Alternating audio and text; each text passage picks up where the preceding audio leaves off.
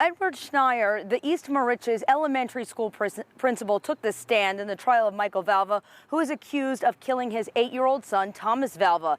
And the principal really gave us an eye into what was going on inside of that school between 2017 and 2020. He also said that the staff flooded CPS with calls because they felt not enough was getting done. Now, Schneier signed up all 6 of the children from the blended Paulina and Valva family in the school and knew the family well. He described how both Thomas and Anthony were on the autism spectrum and how they quickly moved to a gen ed class because of how smart they were.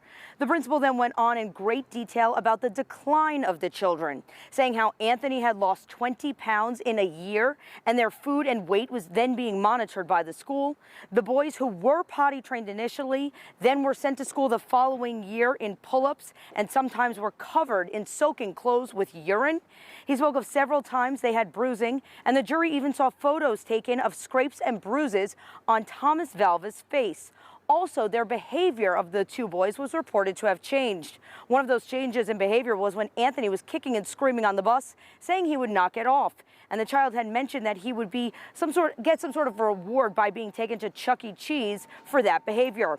The parents then later said over the phone to the child to go to class, and then he proceeded to act normal. The principal says CPS reports were filed many times, and when the school was not happy with those results, they flooded the CPS hotline that goes to Albany. He says Michael told him that the school was harassing his family and even threatened lawsuits.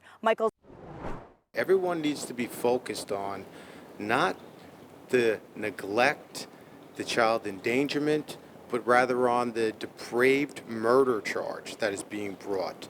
This is a overstated charge, and there's no evidence to show that Mr. Valva wanted his child to die. Now, the principal is actually also a volunteer firefighter and got choked up when he mentioned that day on January 17th, 2020. He heard over the radio that something happened at 11 Bittersweet Lane, and he knew that address well from how many CPS reports that he filed. That's the latest from Riverhead. Krista McNally, News 12, Long Island.